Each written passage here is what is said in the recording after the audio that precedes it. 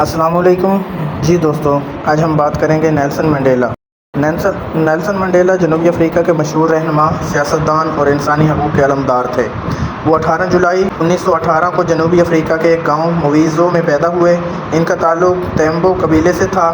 انہوں نے قانون کی تعلیم حاصل کی اور نسل پرستی کے خلاف جدوجہد کا آغاز کیا۔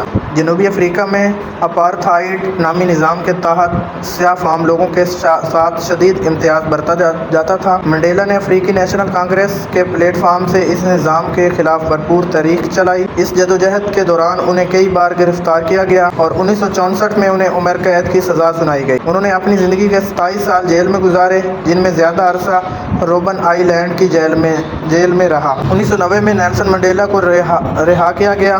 رہائی کے بعد انہوں نے مفاہمت، امن اور نسلی ہم آہنگی کا پیغام دیا۔ 1994 میں جنوبی افریقہ میں پہلی بار آزادانہ انتخابات ہوئے، جن میں نیلسن منڈیلا ملک کے پہلے سیاہ فام صدر منتخب ہوئے۔ منڈیلا نے اپنی زندگی میں امن، برداشت اور انسانی حقوق کے لیے بے مثال جدوجہد کی۔ انہیں 1993 میں نوبل امن انعام سے نوازا گیا۔ انہوں نے صدارت کے بعد سیاست سے کنارہ کشی اختیار کی اور فلاحی کاموں پر توجہ دی۔ وہ 5 دسمبر 2013 کو 95 سال کی عمر میں وفات پا گئے۔ نیلسن منڈیلا آج بھی دنیا میں مظلوموں کے لیے امید کی علامت سمجھے جاتے ہیں۔ اگر آپ کو ہماری ویڈیو اچھی لگی ہو تو لائک، سبسکرائب اور شیئر کرنا مت بھولیے۔ آپ کی محبت کا بہت شکریہ۔ جزاک اللہ۔